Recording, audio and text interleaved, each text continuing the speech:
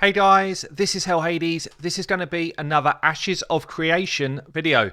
So in the second video, for those that haven't seen the first one yet, I will ping it at the end of this video, but I am super excited about this game. I've been looking for another MMO since I stopped playing WoW and got into content creation, and this is definitely the one that has piqued my interest. For those that asked last time, this isn't a sponsored video. I'm just actually excited about this game. I do have a referral code though if people want to get on board. I know there's tons of people already actually that have sort of signed up for the alpha, second alpha, that type of stuff. I'm one of those people. I'm ready for Alpha 2.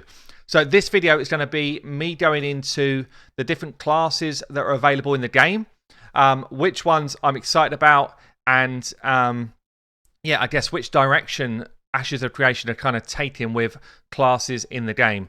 Now, the first thing I'd say is it feels like you can be really diverse. You can absolutely sort of change up your build if you want a breath of fresh air with your character. There's going to be 8 different base classes.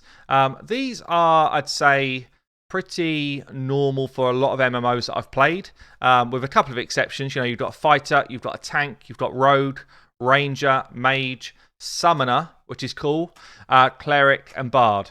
So you've got your kind of general tank, DPS, healer, support champs, yeah, and that's the way an MMO is generally kind of pulled together. You've got those different areas, and a lot of people will have a kind of direction they already know they want to go.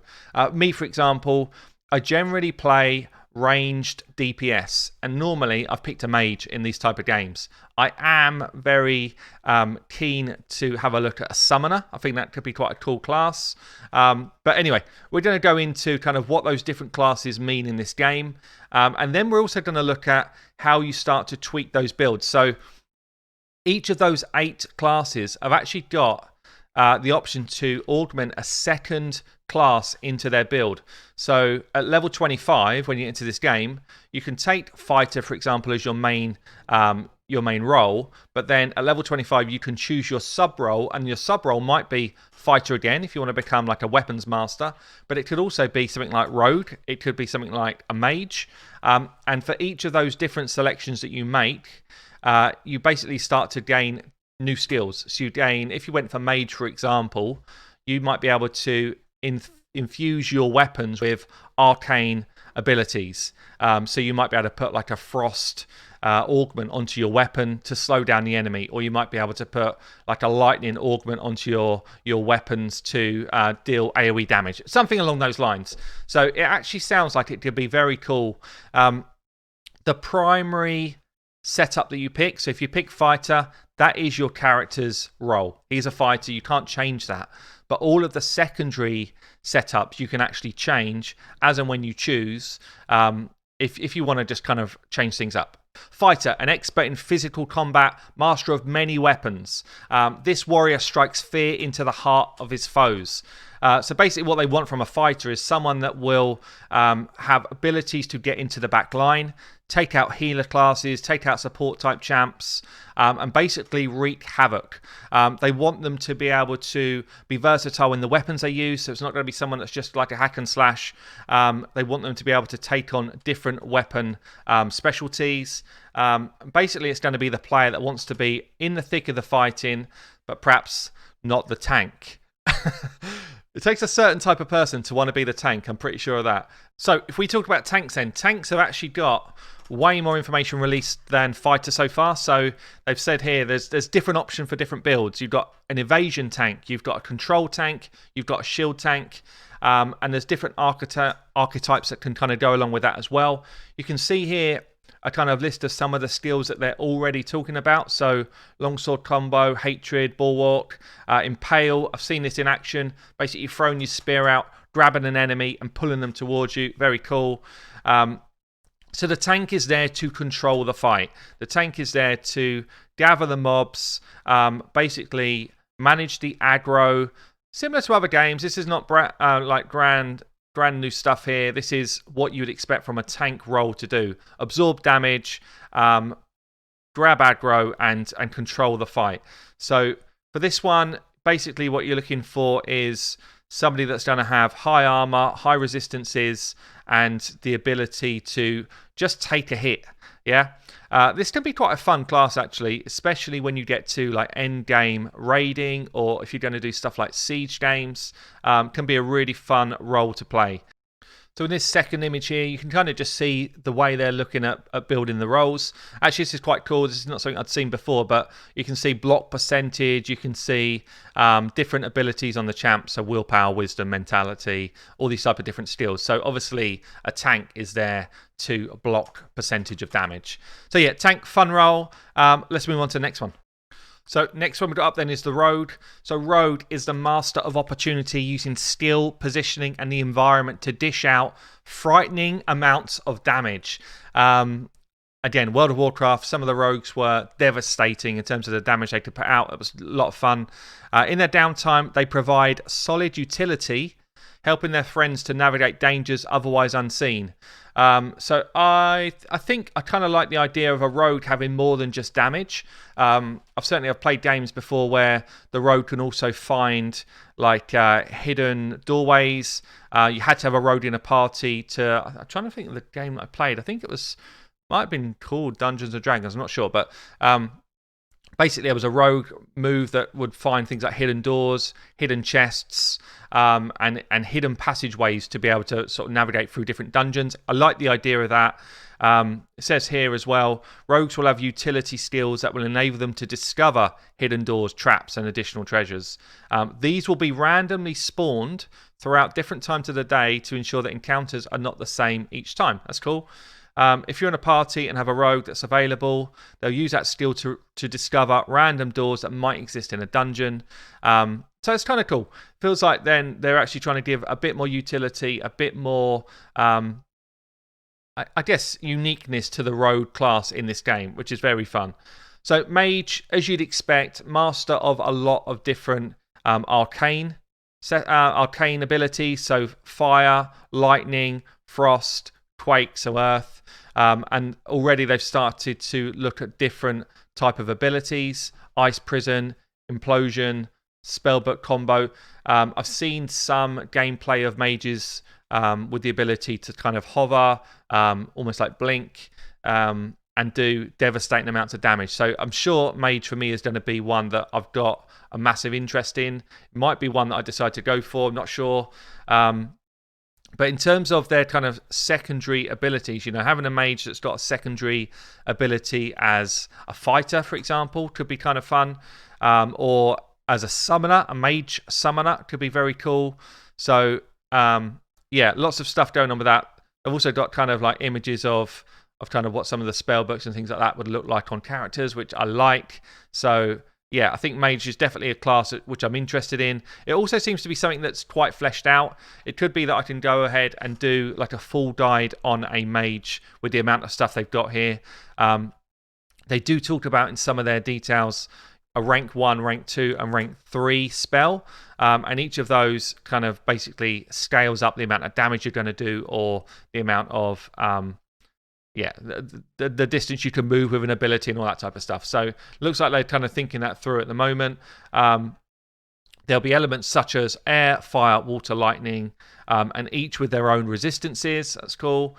Each element's influences may include darkness, light, and planar. And there's 4 elemental schools to augment as well. So tons of stuff going on here. Elements may have more influences in certain seasons. So again, if you've got a frost ability and you're in winter, potentially that ability becomes stronger. So that's kind of interesting. I mean, you could go for like a full-on build. You almost got to pre-plan your builds to hit the seasons, which could be quite cool. So next one on the list then, guys, is Ranger. I do know that Ranger was always like my competition. So I used to be one of the biggest damage dealers in my World of Warcraft guild, and the Ranger was always the one that kind of had the potential to out-damage me. So pretty cool imagery here. Again, they fleshed out quite a lot of the skills on this class, so it'd be interesting to see if I can do kind of a fuller guide on this one, if we want that. But basically, for here, Death from Afar is the Ranger's ability, a master of bow and ranged combat. So it does say in the abilities here, you have to be at a certain range to get your full damage potential. That's kind of cool.